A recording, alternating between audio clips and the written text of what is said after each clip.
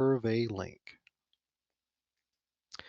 We'd like to welcome you to Session 7, Enhanced Processes Research and Assessment Tools to Support Generic Drug Product Development.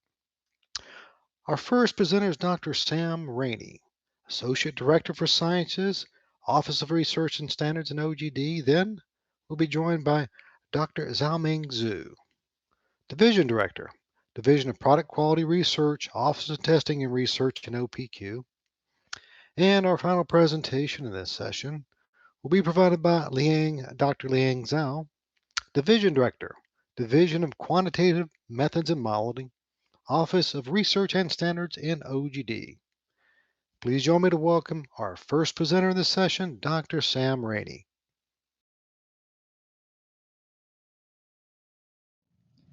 Hello, my name is Sam Raney, and I'm the Associate Director for Science in OGD's Office of Research and Standards. It's my pleasure to be with you here today to speak a little bit about the GDUFA research program and some of the enhanced processes that we've put in place under GDUFA 3 to establish research priorities that can support generic drug development. One of the things I hope you'll come away from this with is an ability to describe the generic drug science and research programs and FDA's commitments under GDUFA. Also, to be able to explain the processes that have been established and enhanced for prioritizing scientific initiatives for generic drug development, for conducting research, and for orchestrating the research program. And perhaps during the panel discussion, we can discuss some of the science and research priority initiatives for FY 2023 and perhaps discuss some research outcomes as well. Now, in terms of FDA's commitments under GDUFA 3, one is to conduct 2 meetings per year with industry. We refer to these as biannual meetings, and they are held with an industry FDA working group that contains representatives from industry as well as the FDA. And through these meetings, we are able to discuss current and emerging scientific challenges that are really impacting generic product development and or assessment.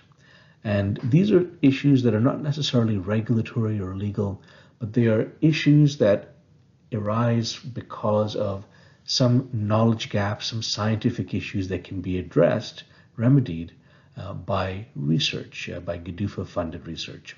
And then as an outcome of each of these meetings, we post the minutes of the meeting on FDA's website. Another commitment is to conduct an annual public workshop. And this is to identify what research is needed to address those scientific knowledge gaps that are limiting generic product availability for the American public. At this public meeting, we receive feedback about a lot of the different and most current issues that are making it challenging to develop generics, and in many cases complex generics or complex issues with other types of generic products. In these instances, feedback is received through a public docket for the workshop, as well as during public comment periods, during presentations. And we receive and synthesize all of this feedback and interpret them in terms of what the research priorities, what the priority areas for research should be in the next fiscal year. And then we use that as our guide for the areas in which we are advancing research initiatives. A third commitment is then to conduct that research, that internal and external research that addresses the priorities, the research priorities that we've heard are priorities for the American public and for the generic drug industry. And we do this by initiating within FDA, internal research collaborations in a lot of the priority areas where FDA has relevant scientific expertise and capabilities. We also then issue broad agency announcement or BAAs, inviting contract research proposals that are aligned with those priority areas, as well as issuing requests for our applications, RFAs, or sometimes called funding opportunity announcements, which essentially invite grant research proposals for specific research concepts. When those proposals then come in, we orchestrate the objective reviews that help us to rank and identify BAA and RFA proposals that can be prioritized for funding, in other words, for grants and contracts that would advance these research initiatives. And there's a lot that happens with coordinating financial and administrative logistics to award these grants and contracts. Of course, among the one aspect of this is then that we post the list of new grants and contracts that were awarded each year with brief descriptions and objectives, and we post this on FTA's website to illustrate the alignment of the actual research that moves forward in a manner that is compatible with the priorities that were established, that we heard from the public workshop, from the comments, the docket, and so forth. And finally, it's FDA's commitment to report annually on how the GDUFA research that's conducted supports the development, assessment, and approval of generics. And this is done in an annual GDUFA Science and Research report that's published on FDA's website that describes some of the impactful research advances. Also, the reports provide metrics on regulatory outcomes that are impacted by GDUFA science and research. This is also done on FDA's website. So these are some of the commitments that FDA has under GDUFA 3. And what I'd like to talk a little bit about is that infrastructure. You heard me refer to some of that infrastructure before. What exactly is that? So especially under GDUFA 3, this infrastructure has been enhanced. And it involves laboratory research experts and equipment and research facilities within FDA. This is the infrastructure within FDA, everything on this slide that I'm referring to, as well as subject matter experts on the therapeutic performance of specific products. These are, for example, experts on inhalation products or topical products or drug device combination products. Also numerous subject matter experts in quantitative methods and modeling, for example, pharmacometrics or PBPK modeling and simulation or artificial intelligence and machine learning, as well as specialized expertise in clinical safety and human subject research, because much of the research that we do is clinical research. There's also specialized expertise in operations management for research administration and information systems, or IT support.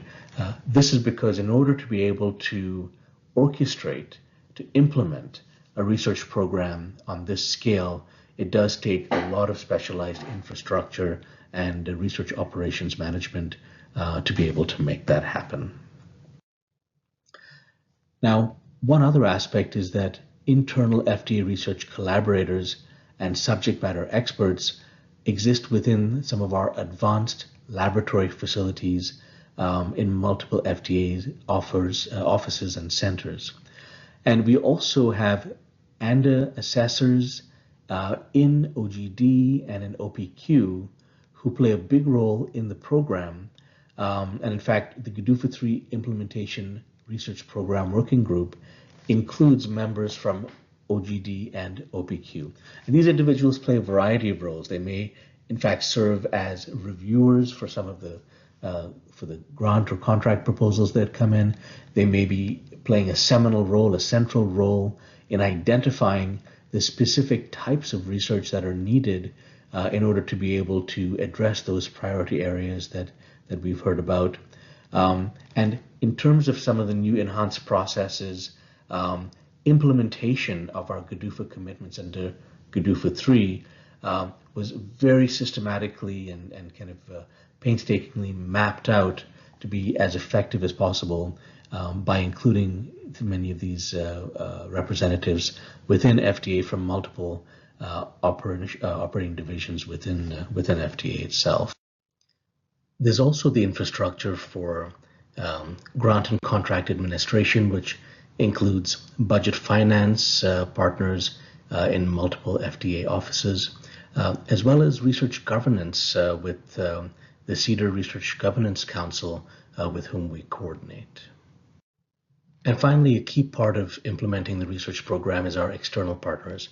This naturally includes the Industry FDA Working Group, who gives us a lot of guidance, as well as the Center for Research on Complex Generics, which works very closely with academia and industry to be able to understand some of the specific scientific challenges and to be able to orchestrate the dialogue that happens during the GDUFA public workshop, or that may happen in terms of feedback, public feedback to the docket or in other mechanisms, where ultimately we're able to get high quality information about what research is needed to address those scientific knowledge gaps that are limiting generic product availability.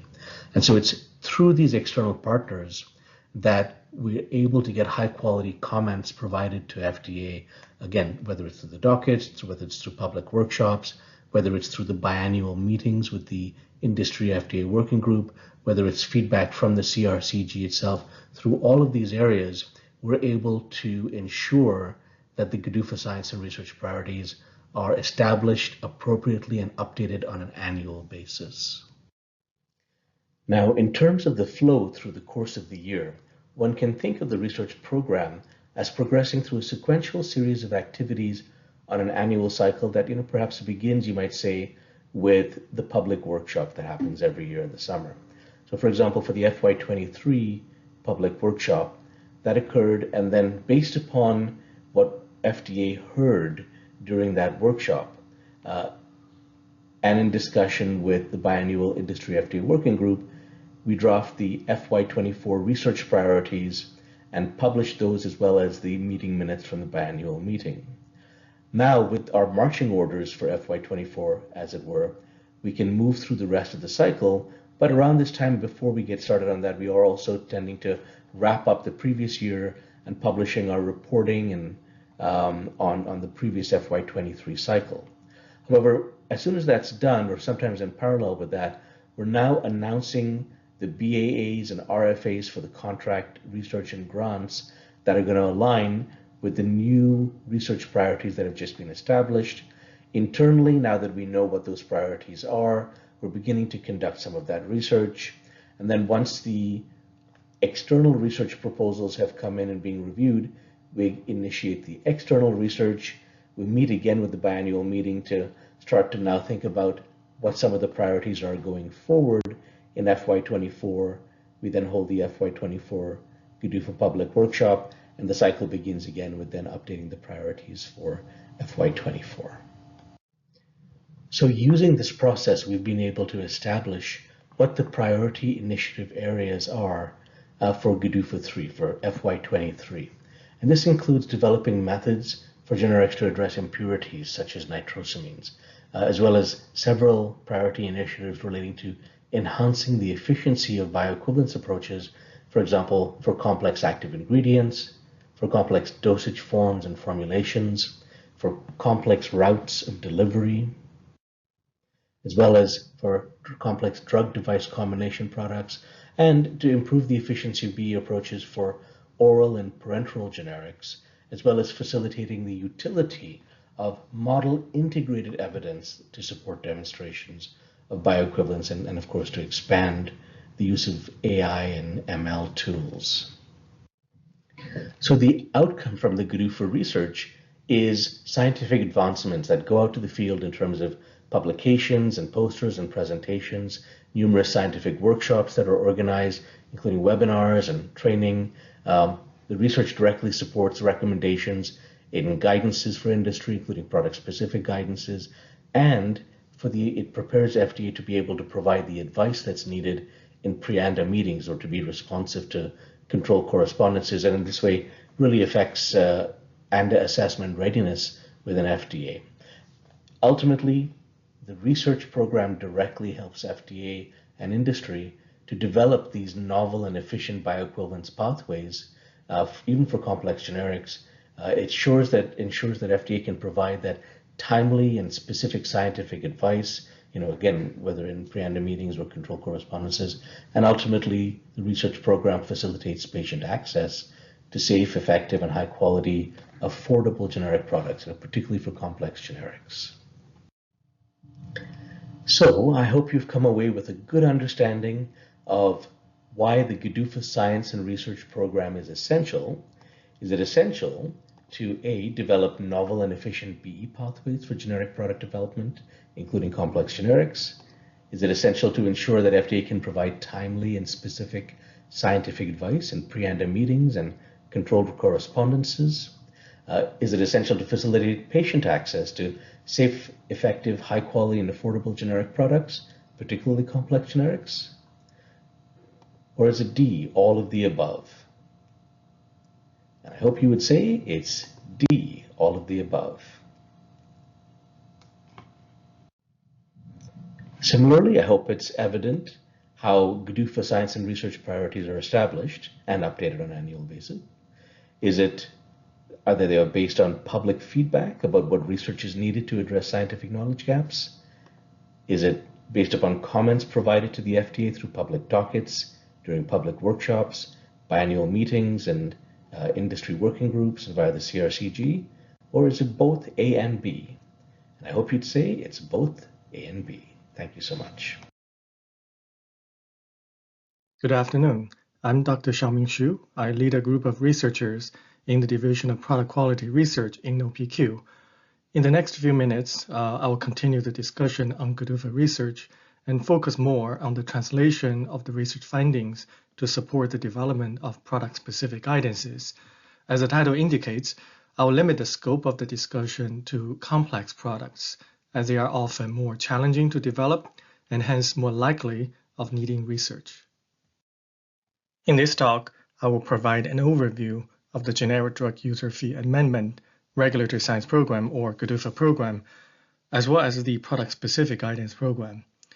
And I will share some recent development in GDUFA research, and specifically the approach that we have taken to accelerate the identification of knowledge gaps and how we initiate research to fill those gaps, which ultimately translate to more timely development of product-specific guidances for complex products. The GDUFA program was first enacted in 2012, then reauthorized twice in 2017, and more recently in 2022 under the GDUFA 3. And in addition to aligning user fees and review timelines, the GDUFA program also allocates resources to the FDA to fund research to facilitate generic development and review. Since 2013, FDA has awarded over 200 contracts and grants, as well as conducted numerous internal research projects led by FDA staff. This research facilitated the development of new tools and methods which helped FDA and industry to evaluate the generic drug equivalence. A key outcome of this GDUFA research is to enable more efficient development and assessment of generic drugs, as well as improve resources for the development of PSG recommendations. And a key aim of the GDUFA research is to disseminate the research findings to improve the general understanding of these products and to aid the generic industry in their development program. Therefore, results from these researches are shared through scientific meetings as well as peer-reviewed scientific publications. The Product-Specific Guidance Program, which began in 2007, aims at facilitating the development and approval of safe, effective, and high-quality generic drug product by providing FDA's current thinking and the recommended approach for demonstrating equivalence for a specific reference-listed drug product. PSGs are published on a quarterly basis on the PSG website, which also include information related to upcoming new and revised PSG for complex generic drug products.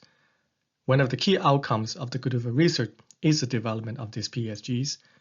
It's important to know that PSGs are FDA's current thinking, and the applicant can propose alternative approaches that are deviating from those recommended in the PSG, but they should provide justification for the proposed approach, as well as including data and appropriate references.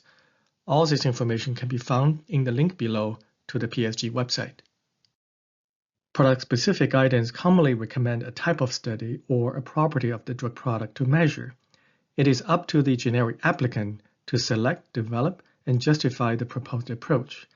This includes the justification of the development methods and the evaluation criteria used to compare the generic and reference-listed drug products.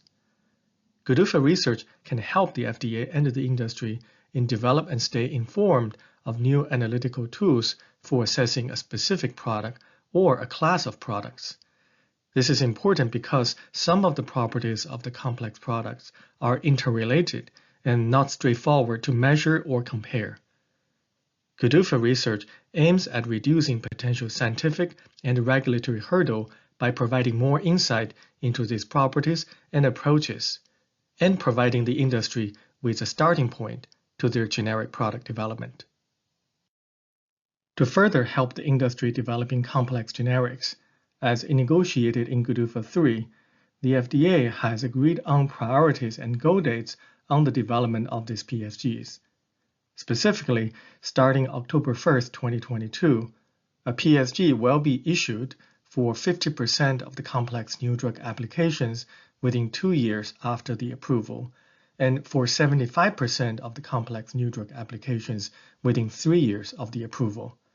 A few other commitments related to complex PSGs are also included on the current slide.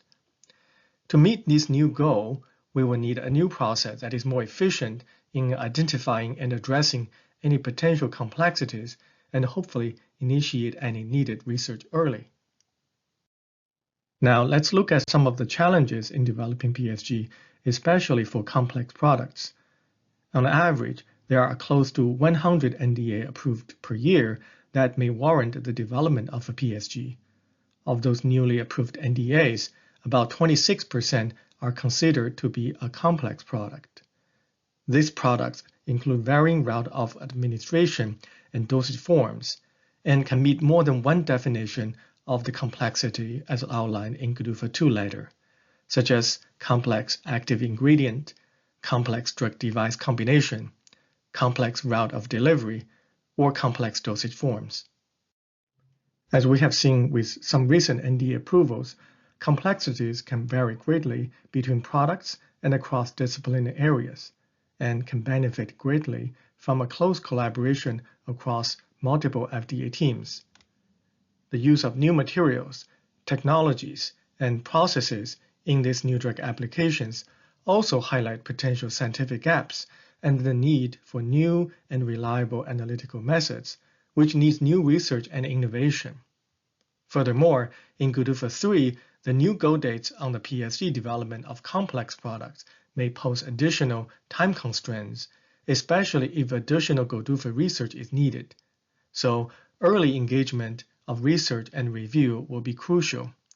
Lastly, taking a life cycle approach towards the development of generic necessitate better communication and collaboration across teams and with the industry. I will use one example to illustrate the importance of starting research early. As you may have heard yesterday, cyclosporine ophthalmic emulsion approval in early 2022 was a very notable example of the impact of the GDUFA research. Shown on this slide is the timeline of the approval overlapping with research as well as the PSG development. Research generated crucial supporting data which allowed for assessment of product-specific quality attributes, best measurement practices, and assessment criteria to support the demonstration of the bioequivalence. However, it took nearly 10 years from the original NDA approval to develop scientific recommendations, and another 9 years to translate that to first generic approval. Needing such long time to approve one drug are rare, but it does highlight the challenges with research, especially the time it takes, as well as the need to timely translating research findings into regulatory actions. The question that we have asked is how we can speed things up and doing it more efficiently. Prior to the GDUFA 3 rollout, FDA has established a new internal program to identify and direct research to support the complex PSG development. There are 10 subject matter expert teams specializing in various complex areas, with members scattered across 9 CDER offices. Within the last 2 years, this pilot program has conducted 59 triage meetings on newly approved complex NDAs, and already identified 8 that need additional research before a PSG can be developed. Now, briefly, a few more details about this program. It is established specifically to support the complex product PSG development. It includes relevant subject matter experts from both OGD and OPQ, and most notably, the program connects research staff directly with regulatory assessors as well as policy groups to discuss challenges and the needs for each newly approved complex NDA.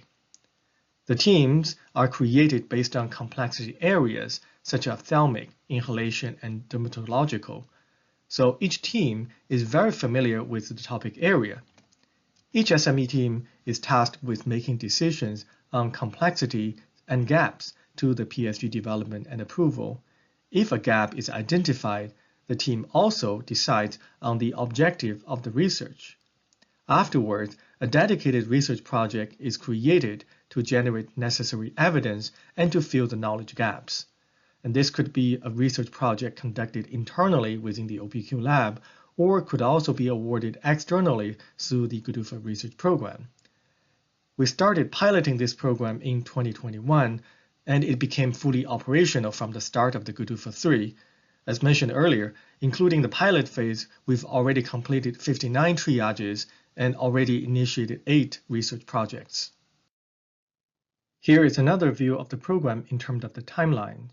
As we know, research can take time, so it is important that we start triaging the NDA product soon after the approval, and through the triage process to narrow down the products, especially the complex ones that can benefit from targeted research. After we complete the research, knowledge gained during the research will need to be translated to recommendations, which will then be put into the PSG. And the example of the recommendations may include new methods or new approaches to demonstrating bioequivalence. I want to provide 2 examples of the SME triage. One is an ophthalmic emulsion of cyclosporine, and this product was approved in June of 2021, and the triage meeting was conducted in October of 2021. At the triage meeting, the SME team collectively decided that there is sufficient understanding from the previous research and the precedents, and therefore recommended immediate development of the PSG. As you can see, the PSG for this product was published in August of 2022, just 14 months since the NDA approval. Another example is a little bit more complex. This product is an ocular insert of dexamethasone with sustained release properties. The NDA was approved in November of 2018, and the decision from the triage team was that research is needed to better understand the product before we can recommend a BE recommendation. The identified gaps are primarily in the area of material characterization and in vitro measurements. And this work is currently ongoing, and we hope to complete it soon and share the findings with the public. As part of the GDUFA 3 commitment, the agency aims to further improve the forecasting of the PSG publication, which includes both the non-complex and complex products. And this helps the agency communicating the priorities as well as the timelines of the PSG development, which allows the industry to better plan their generic drug product development program. This forecasting list is updated every quarter, and the link is provided below. As you can see, GDUFA research has a very significant impact not only on the ability of the FDA to develop product-specific guidances and to support the pre-ANDA program as well as the ANDA assessment, but is also a valuable resource for the generic industry. In closing, product-specific guidance program provides FDA current thinking on the type of studies and information to support the development and approval of safe, effective, and high-quality generic drug product. GDUFA research plays a critical role in the generation of evidence and knowledge and supports the timely development of the PSGs. I want to thank a few people who helped me putting together the slides and also my colleagues at OPQ and OGD in contributing to the success of the PSG program. And thank you for your time and attention. For the challenge question, GDUFA research can facilitate A. PSG development, B. ANDA assessment, C. generic product development, or D. all of the above.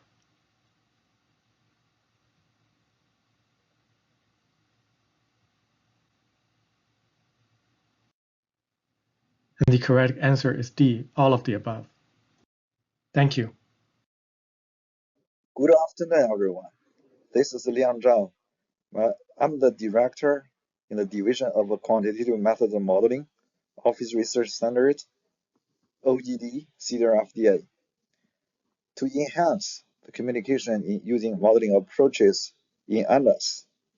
Today, I'm going to share an exciting new initiative from us, the Model Integrated Evidence Industry Meeting Pilot between FDA and the generic drug applicants. As you can tell, quantitative method and modeling is an indispensable part for all the key components in terms of generic drug development and approval. MIE refers to using model-generated information, such as the virtual BE study result, not just to plan a pivotal study, but to serve as critical evidence. In terms of a tool set, there are mainly three classes modeling simulation techniques residing in OGD. The PBPK models for orally administered drug and non-oral drugs. The pharmacometrics tool sets for PK-PD relationship and a population-based model. The big data tool set include machine learning, analytics for complex mixtures, systems pharmacology, risk-based model, and models for business process. Before we proceed further, let's take a quick look on the modeling simulation impact in regulatory activities in the new drug side. Here we want to pay attention to the MIDD paired meeting pilot program. This program is a joint venture between CDER Office of Clinical Pharmacology and CBER Office of Biostats and Epidemiology. It's a dedicated forum for regulatory interaction on MID applications in specific drug development programs. So it's mainly focused on three areas, including dose selection and optimization, clinical trial simulation, and a mechanistic safety evaluation. Usually, they have received 2 to 4 proposals per quarter, and it takes about 4 months to have a meeting into completion. Under this pilot program, you can see in GDUFA 6, there have been a total of 66 meeting requests. The meeting requests plateaued around the third year of GDUFA 6, and you can appreciate in the last 2 consecutive years, there have been about 16 meeting requests annually. The MIDD paired meeting program is welcomed by industry as reflected by the paper with combined input from different companies. The benefits here include time and investment savings, alignment, and clarity. I would want to stress that modeling and simulation methodologies are usually associated with complex techniques that entails high demand on alignment and clarity between industry and the agency. From the generic side, we have also witnessed an increase in number of pre-ana interactions with model-focused topics since the start of GDUFA 2 period in 2018. It also peaked at the third year of this GDUFA period. During years 2020 to 2022, we've seen the number of interactions ranged from 13 to 16 per year. On average, we have been conducting 1 to 2 modeling simulation workshops for generic drug development per year since GDUFA 2. The latest one was held on October 2022 on utilizing modeling approaches to support generic drug development. More than 1,700 people registered for the workshop, with approximately more than 800 people attended different sessions on the day of the workshop. The workshop audience profile ranged from product development, clinical study, and regulatory affairs. We have also conducted post-workshop surveys regarding using MIE for generic drug application. Most of the survey questions are regarding feedbacks toward the workshop itself. For example, how valuable did you find the content in the presentations during the workshop? Did the workshop directly address issues or challenges you're facing? Did the workshop enhance your understanding of regulatory expectations for MIE approaches? How has this workshop impacted your organization's preparedness to submit a modeling component in the end? You can see the majority of the responses are very positive. Of note, one of the most important questions is, how valuable would you find a communication channel with the FDA to discuss MIE approaches relevant to the use of the same model or modeling strategy across multiple submissions for complex drug products? There's no respondents that no, that we don't welcome an additional communication channel. And the majority of the responses stated yes for both. With the increasing number of pre-ANDA instructions over the past 5 years, and a constant calling for more dedicated discussions on model-focused approaches received through FDA, CRC workshop, and other venues, I'm happy to announce the launch of a new meeting mechanism, the MIE Industry Meeting Pilot, to be launched in October. This new pilot program is to provide industry with meetings or opportunities for early interaction for science-driven topics using MIE approaches for BE establishment to facilitate generic drug development and regulatory decision-making.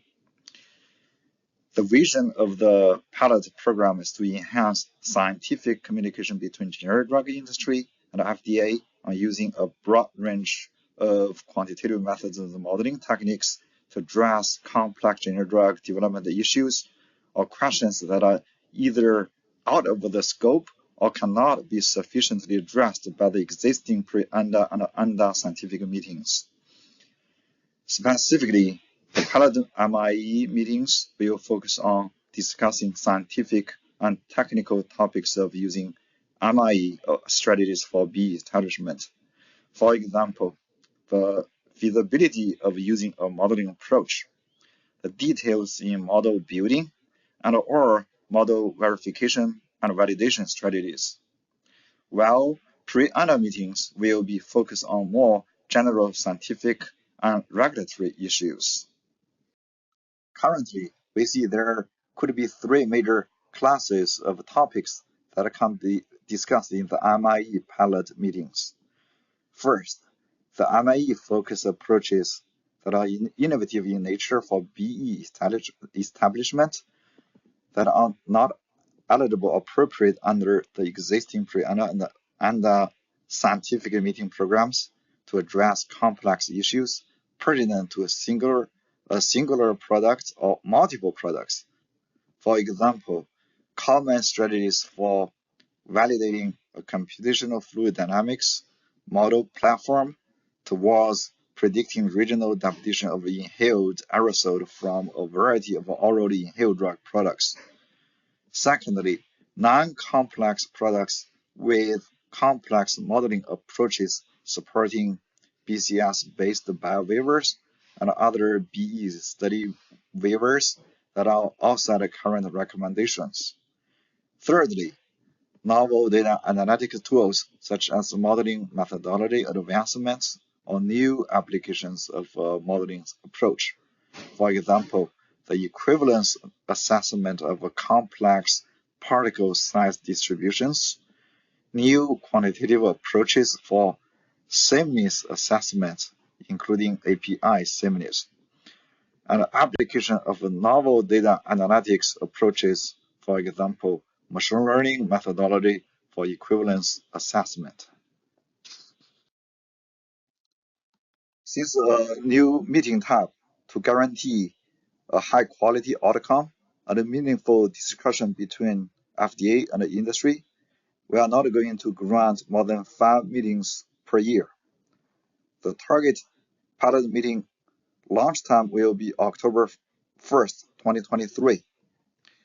Based on our past experience and understanding of the pain point from industry, we are foreseeing two areas of focus that are the complex products and non-complex products. For complex products, they can include locally acting products where comparative clinical endpoint studies are usually not sensitive and very costly. Long-acting injectables where the study duration and PK variability will pose a challenge, and oncology products where the patient recruitment and the state crossover study design will make the study super complicated, sometimes impossible. With modeling simulation, the tool side can critically contribute to counter all those challenges that cannot be easily addressed by conducting actual experiments. For non-complex products, we are foreseeing novel biowaiver requests supported by mechanistic modeling for approaches that are not currently recommended by PSGs. We hope, in close collaboration with industry colleagues, we can generate tremendous impacts and benefit out of this pilot program. For industry, we can enjoy the benefit we've seen from the new drug development in terms of time and cost cut, and in terms of alignment and clarity in terms of using modeling approaches to abbreviate complex bioequivalence development programs. Those programs can critically benefit the early market entry for long-acting injectables, locally acting products, including already inhaled drug products, topical dermatological products, and oncology products. From the agency side, we can use this program to increase the efficiency to handle multiple products in a single meeting, reducing number of cycles for drug approval, establishing an ecosystem with industry to develop effective B approaches, where industry can serve as the equal partner with FDA to roll out novelties and innovations in using modeling approaches to counter all those challenges posed for various products from different angles. This pilot would not have been possible without the collective efforts of exceptional professionals. First and foremost, I want to thank the MIE Pilot Working Group, including colleagues from ORS OGD, OB OGD, OGD communication staff and policy, OCP OTS, and OPQ. Special thanks to ORS and OB leaderships, Dr. Robert Lamberger, Lei Zhang, and Pathan Roy for your guidance, vision, and instrumental support. Thanks to our exceptional product managers, Maria, Shivangi, and Sarah, for your organizational skills, meticulous planning that have kept us on track. Moreover, I wish to acknowledge the individual contributions of our modelers in DKMM.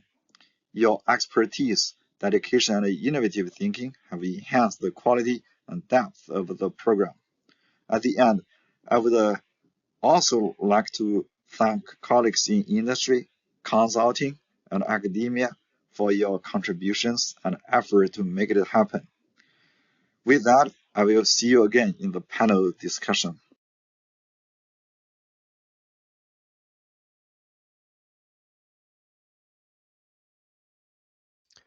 Thank you all for the great presentations. As a reminder to our audience, if you haven't had a chance to enter your questions into the Q&A chat pod, please do so now.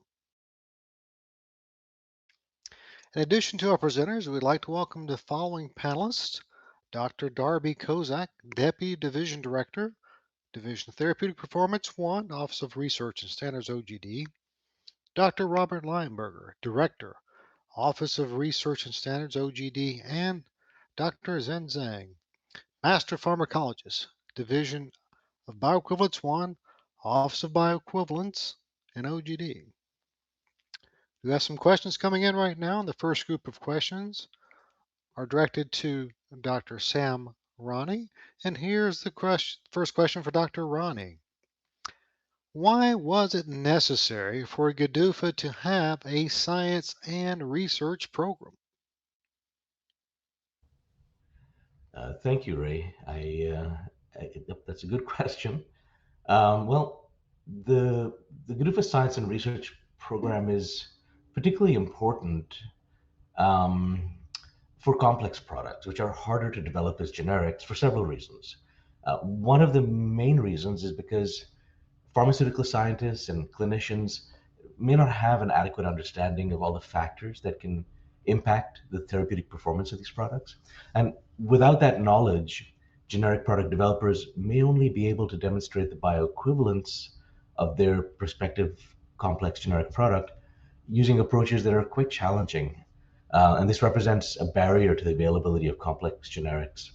But the GDUFA Science and Research Program enhances our understanding of all those factors and for numerous different types of dosage forms, actually, especially complex products.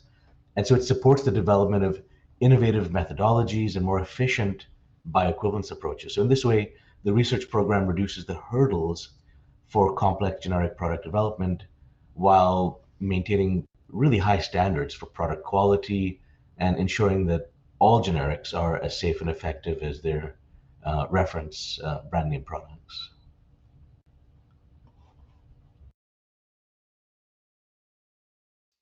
Thank you, Dr. Raney, for responding to that question regarding what happens with the GDUFA research program and how transparent is it to the public?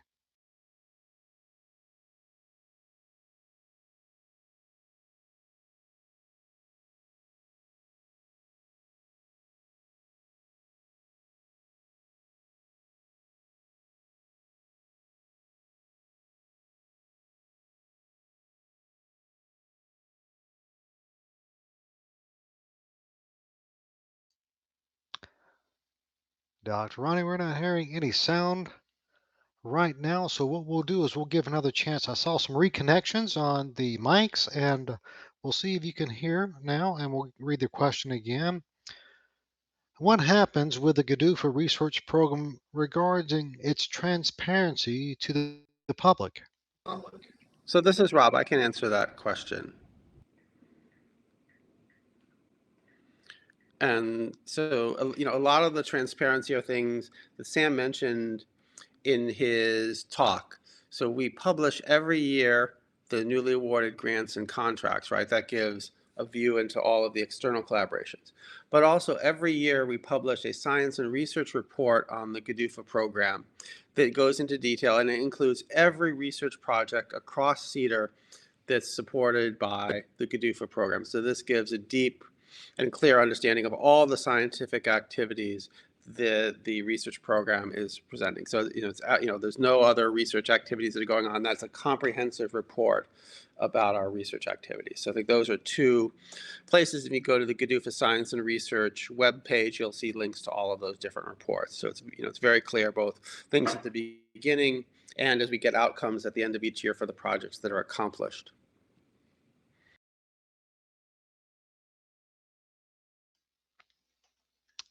Thank you, Dr. Leinberger, for giving us a deep dive and answering that question in regards to transparency. We're going to check back in with Dr. Raney for another question, and here's the question. What has the work performed by the GDUFA research program achieved? Okay, thanks, Ray. Um, so the program has brought together and focused the world's foremost experts in their fields, including scientists and clinicians from industry and academia and the FDA. And together, the program works to build scientific bridges across knowledge gaps that really held back the development of many generics, particularly complex generics. And it does so in a very focused way to establish practical and efficient pathways for pharmaceutical manufacturers to develop generic drugs that were previously challenging or even unfeasible to develop, and then to make those available for patients. And these scientific advances, they establish the new bioequivalence standards I talked about before. They make it possible for generic drug developers to meet with FDA during product development phase to receive really clear, hopefully reliable evidence-based recommendations about how to approach their product development. And then we also, as Rob was speaking about, the outcomes provided in our scientific presentations or in our literature publications, really, or that we talk about during workshops, including this one. All of these provide tools to industry. So these have all been tremendous achievements, I think, of the program. And this means that applicants receive basically free scientific and technical advice that helps them to prepare their submissions in a manner that's compatible with the most current scientific insights and regulatory expectations. And it works. We just in the last several, even during this fiscal year, we've approved products, including the first generic budesonide and formoterol furoate dihydrate inhalation, referencing Symbicort. We've approved the first generic cyclosporin ophthalmic emulsion, referencing Restasis, and several other products that would simply not have been possible for American patients to have access to had it not been for the research under this program.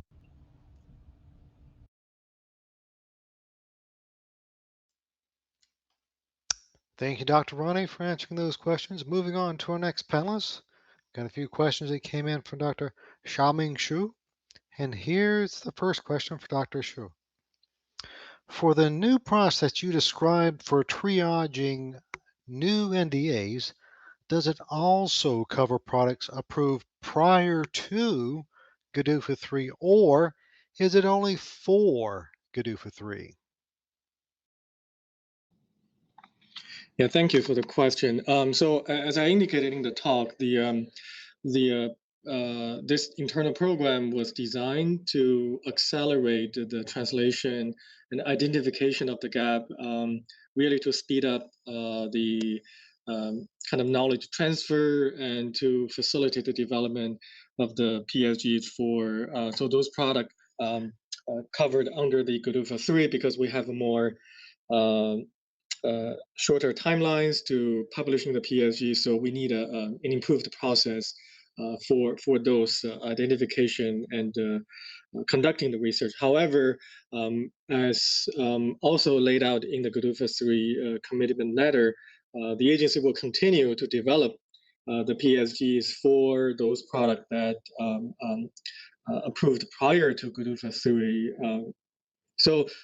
But we were prioritizing the development for GDUFA 3 because of the go dates. But again, we will be continue to work on the product without PSG that are complex and continue to make them the guidance available. They will be published on the PSG website. Hopefully that answered the question. Thank you. Thank you, Dr. Xu, for that response. We do have a couple more questions. And here's the next question. How do we know if FDA decides research is needed before a PSG can be developed? Thank you again for the question. In general, we internally, when we identify research that to support the PSG development, sometimes it's not only for one product. Sometimes it can be for a class of product because they share common challenges or difficulties. So we may construct a project to support sometimes more than one NDAs. So it's very difficult to pinpoint exactly which NDA supporting the PSG, or even to disclose the initiate of the project to the public at that time. However, as Dr. Leinberg mentioned to the previous question, that the annual GDUFA research report is actually a very valuable resource. Has a lot of information about what has been completed, the research project, as well as those that are newly initiated or ongoing research project, whether it's internal or whether it's through the funding through the external. So you may find some of the information in the annual report, for example, on a new project, that a new area of research that we're looking at. So I think that can provide some information that can be beneficial to make it transparent. And also, one last point is that the gap that we identified internally could be different from the one that you may identify during your product development. So it's certainly beneficial if you also provide input and recommendation and through different channels communicate to the agency about what do you think would be the gap or the need that may be beneficial for your development program. So through a channel like annual GDUFA workshop or other ways that you can bring those also recommendations to the FDA as well. So thank you. Thank you for responding to that question. We do have one more question for Dr. Xu with a combination question of asking you to respond first and then passing the mic over to Dr. Darby Kozak for a follow-up response. And here's the question. Is there any channel for external stakeholders to contribute to the research as well as to support future PSG development? Yeah, thank you. So I will maybe, as indicated, I will comment on part, and I will ask my colleague Darby to chime in here. So we always welcome input and contribution, especially research is a collective endeavor. It's not something that easy. We recognize that, so we always welcome collaboration and input from outside stakeholders. So one example I want to give is a Center of Research on Complex Generics, or CRCG. It's really a great resource that can, through the different workshops that they organize, some of the research projects that conducted by CRCG members, and lab demonstration or other interviews. So it really provide a channel to provide that feedback and also obtain some of those what is available through that resource. I think that will be a valuable, at least a channel that I would suggest to recognize and then utilize, and that could be really provide input to us, guide us also what may be of interest or of importance, and also we will share information through that CRCG through different workshops to provide FDA thinking on those topics as well. But I will let my colleague Darby Kozak also maybe to chime in some other possible channels. Thank you. Yeah, thank you, Xiaoming. So yeah, I think this is actually a really important sort of session for us because there is several ways, and we always are interested in feedback from both industry and the public and academia in general about what PSGs were doing and what research we're doing and sort of the impact and how to engage with us. So there's actually several ways that everyone can engage, the public can engage with us on the development of PSGs in our research program. Dr. Raney covered a few of those in his talk, but in particular for the PSGs, if there's like a request or there's not a part-specific guidance already posted, industry or public can actually request those through a control correspondence. And that can help FDA better know what PSGs are of interest to industry. As well as if there's already a PSG posted and you feel that there's some comments that would be better or recommendations that may be more appropriate or research that can be done in that sort of space, you can actually submit what's comments to the docket at regulations.gov specific to that PSG that gets to FDA sort of reviewers that can then look at that sort of aspect. And that's kind of how you can engage with us specifically on the product-specific guidance program. In terms of the research, like I said, as I really piggyback on Dr. Raney's talk on some of the avenues that can be done to help us focus the research program. That's that annual public workshop. in addition to the CRGC, like that Xiaoming mentioned, but also a little bit more specific is some of the other routes. You can look at our generic drug science and research website, which is very valuable. It provides a lot of background on upcoming RFAs or grants of interest in research areas that we're doing, and these will be sometimes specific to a PSG or a general area of products that we feel research is needed to help us develop those PSGs. And also there's that broad agency agreement or announcement process. So if you've got a specific research program and you want to then propose that to FDA, you can do that through the BAA process. What's really nice about that is it can be a very specific or tailored research project that you think will be impactful for either that product or that class of products and think that FDA would be interested in. And those proposals then go to us. We review them, and then depending upon the research priorities and our funding sort of needs, we can then fund those projects. Funded projects then become a part of our collaborative research. So as part of that collaborative research, we would engage with you on generally a monthly basis or a bi-monthly basis to get updates on that research program. So I said, I think this is a real sort of great component about the GDUFA research program is this engagement with our stakeholders and how you guys can really help tailor the program. So thank you for that question. Thank you for responding to that question. We're going to move on to our next panelist. Next group of questions came in for Dr. Lian Zhou. And here is the first question for Dr. Zhou. Should MIE industry meeting pilots be before or after a pre-A&D meeting? Thanks, Jeff. Do you hear me okay? Yes, please go ahead. Okay. Yeah, before I address this question, I just wanted to make an announcement that the MIE industry meeting pilot has just been announced in the FDA website. It includes the guiding principle detailing the scope, qualification, and process of the new meeting type. You can certainly get it easily just by using Google search for MIE industry meeting pilot, and it will lead to the page. Regarding the question, the MIE industry meetings can be requested either before or after the pre-ANDA meetings. That means the applicant can have a technical discussion with FDA in the pre-ANDA meeting and consolidate it into an overall plan, discuss with us in the pilot meeting, then consolidate it into an overall plan to be discussed further in the pre-ANDA meeting, pre-ANDA development meeting.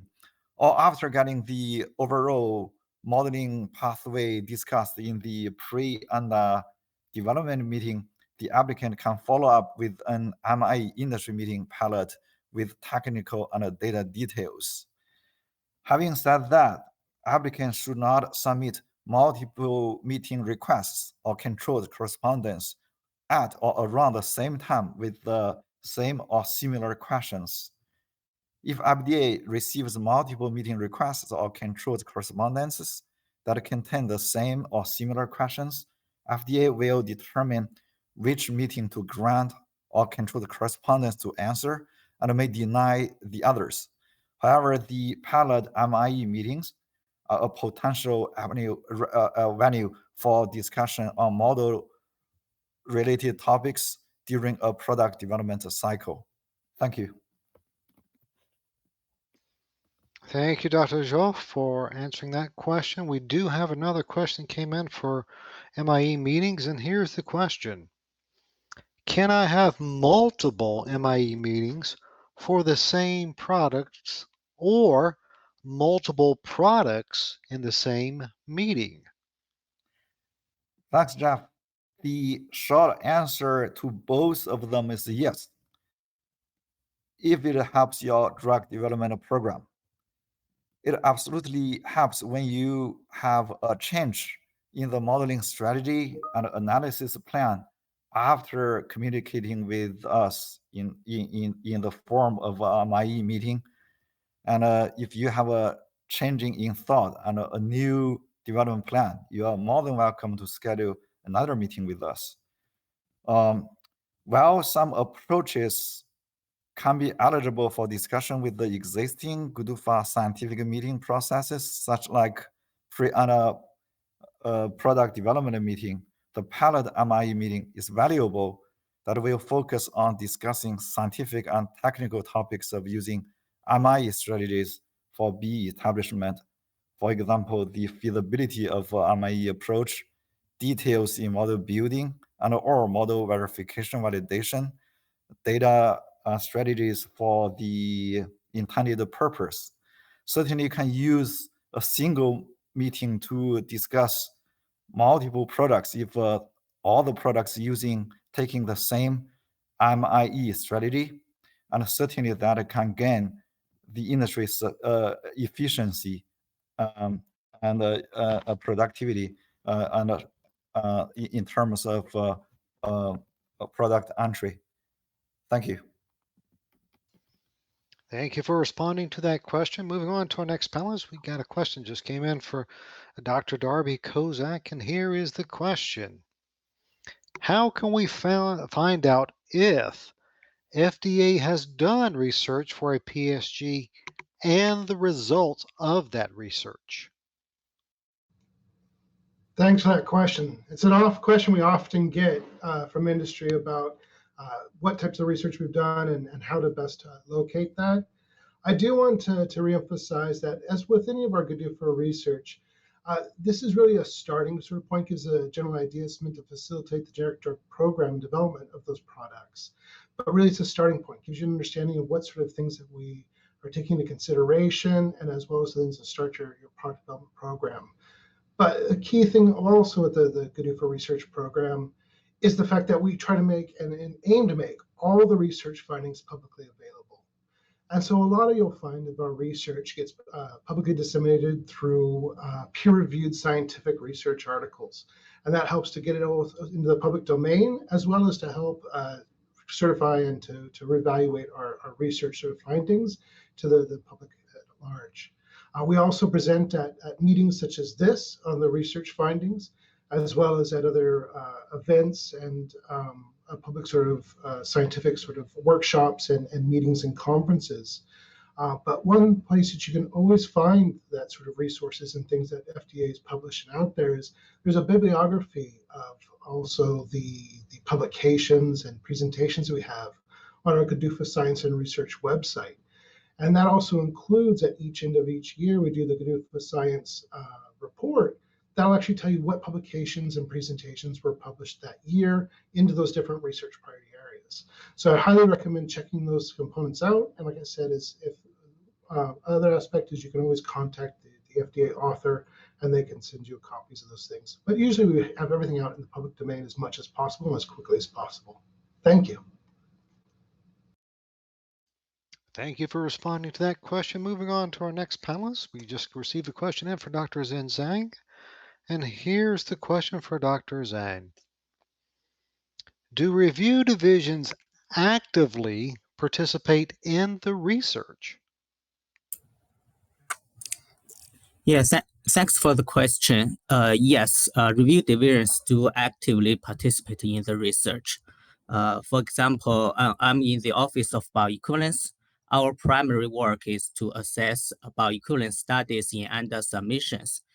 But our involvement extends beyond the routine review tasks. We also dedicate our efforts to investigating emerging bioequivalence issues and exploring novel bioequivalence techniques that arise during our assessment of ANDA submissions. We actively collaborate with many disciplines on research within FDA, including Office of Research and Standards, Office of Testing and Research, Office of Biostatistics, and many others. Moreover, we place a strong emphasis on transparency in our research activities.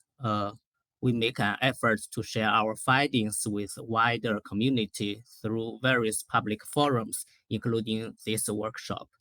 Our commitment to research allows bioequivalence reviewers to stay at the forefront of the bioequivalence field and also contribute to advancement in bioequivalence assessment.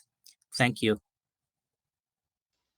Thank you for responding to that question. Moving back up to the beginning of our panel, receive your question in for Dr. Sam Raney, and here's the question. Is FDA planning to update ANDA checklist, especially the clinical section, which is not updated since for long, for at least complex drug products? Thank you, Ray. I interpret that question to be referring to updating FDA's uh, bioequivalence recommendations for many PSGs, product-specific guidances, especially complex products. The comparative clinical endpoint bioequivalence studies are are kind of a traditional way to approach it, although they can be very challenging and sometimes not very attractive to product developers. So I interpret this to be a question about is FDA planning to update more product-specific guidances with alternatives to the comparative clinical endpoint bioequivalence studies, with more efficient bioequivalence approaches, like those that involve in vitro bioequivalence approaches, product characterization-based bioequivalence approaches. And the answer is yes. That is one aspect of the program, is to evaluate alternatives to comparative clinical endpoint B studies, or to evaluate more efficient ways to conduct these clinical endpoint BE studies. And the alternatives may include characterization-based approaches. It may include modeling and simulation. It may include a combination of different approaches that collectively make it more efficient or even more feasible to conduct these. And in fact, that was one of the themes of the recent GDUFA public workshop earlier this year, was that integration of evidence from modeling and simulation, and from product characterization and perhaps some in vivo data as well in certain cases, to be able to find more feasible and more efficient ways to develop bioequivalence. And certainly that research would eventually be translated into product-specific guidances. There is a forecast list, if people are interested, on FDA's website of upcoming product-specific guidances for generic product development, and that indicates what the forecast is for different PSGs that will be developed in the years ahead, in the year ahead. Thank you for responding to that question. We have time for one more question. This will be our final question in this session for Dr. Lian Zhou. And here is the question. While recommending the PSGs, which may recommend patient-based BE studies with clinical endpoints, do you also consider the high cost of such trials as one of the inputs? Thanks, Jeff. I'm glad you asked the question. Also thanks to whoever posed that question to us. I presented early that's exact the benefit of using modeling approach. The benefit include cut the cost and the time for the product development program. As Sam just probably mentioned, the utility of modeling simulation in the regulatory setting, the high cost and in terms of conducting comparative clinical endpoint study can be mitigated by virtual trial or study simulations.